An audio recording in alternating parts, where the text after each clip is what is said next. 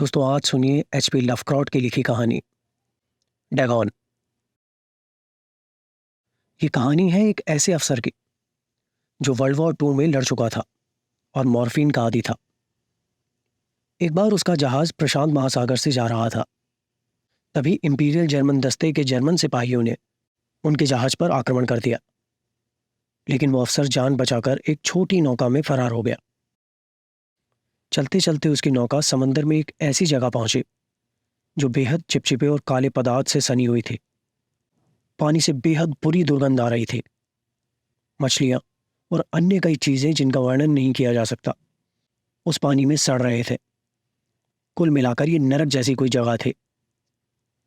3 दिन के इंतजार के बाद उस जगह पर पानी नीचे उतरा और भूमि दिखाई देने लगी। अफसर साफ पानी की तलाश में भटकने लगा। तभी वो एक गहरी खाई के नजदीक जा पहुंचा। वो धीरे धीरे ढलान के नीचे उतरने लगा। तभी उसे एक बहुत बड़ा स्तंभ दिखाई दिया जो पानी के जलाशय के बीच खड़ा था। स्तंभ पर मिस्र भाषा के चिन्ह अंकित थे।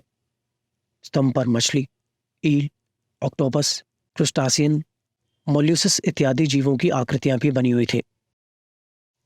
अचानक तभी पानी में से एक अत्यंत भयंकर जीव निकला, जिसने स्तंभ को अपनी भुजाओं से पकड़ा तथा सिर झुकाकर कोई प्रार्थना करने लगा।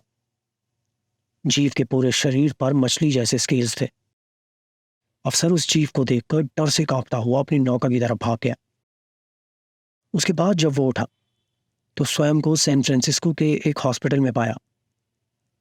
उसे एक अमेरिकी जहाज ने बचा लिया था, लेकिन जब उसने उन्हें अपनी कहानी बताई तो सब एक्सपर्ट्स ने कहा कि प्रशांत महासागर में कहीं भी ऐसी जगह होने की कोई रिपोर्ट नहीं थी।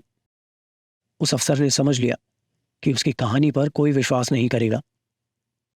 एक बार एक एथनोलॉजिस्ट से बात करके उसने ये निष्कर्ष निकाला कि वो जीव फिलिस्तीन की किताबों में वर्णित डैगॉन नाम का एक देव था और वो लोगों को सपनों में आकर भी कंट्रोल कर सकता था। जल्दी ही अफसर को उस जीव के बुरे सपने आने लगे और वो लगातार डिप्रेस रहने लगा। एक दिन उसने सुसाइड नोट लिखा।